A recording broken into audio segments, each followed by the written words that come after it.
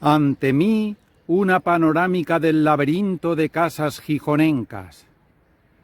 Desde su castillo en ruinas, oteo su conglomerado de tejados y chimeneas desdentadas.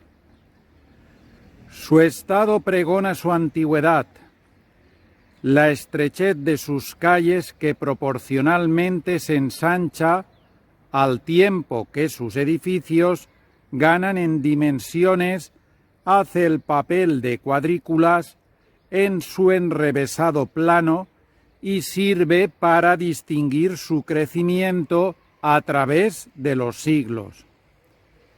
Sentado entre los restos de una de sus torres, baluarte perenne que el tiempo no acabó de destruir, tengo ante mis ojos el magnífico paisaje que se domina.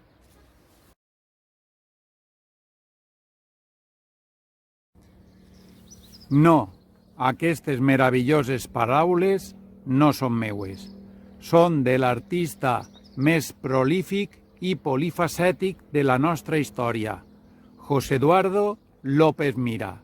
Són el començament del seu primer article titulat Evocación i publicat al programa de festes de 1956. Si voleu saber-ne més, busqueu en Facebook la pàgina Cronista Xixona.